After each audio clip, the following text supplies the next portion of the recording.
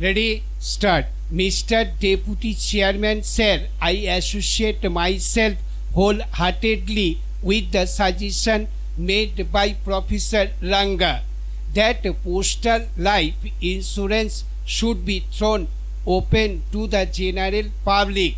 Incidentally, I may say that I am glad to find myself on this occasion in a company with Mr. Bhupesh Gupta also. They say that one is known by the company one keeps, but I only wish that I shall not be judged by the little company that I am going to keep with Mr. Gupta. I have said that I associate myself with the suggestion made by Professor Ranga. I have called it a suggestion because it can only be suggested to the government to take such a step at some subsequent stage, because so far as this bill is concerned, this suggestion could not be incorporated therein. Stop.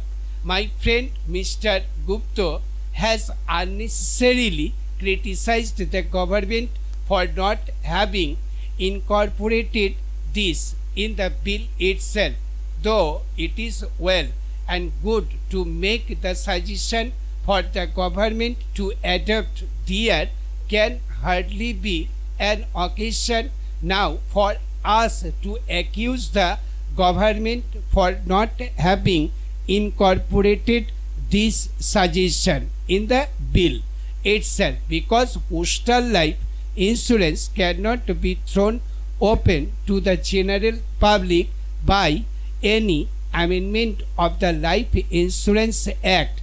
That has to be done by amending the Postal Life Insurance Act, and I hope and trust the government will take note of this suggestion, which I hope has the support of every member of this house, excepting of course my revered friend Mr.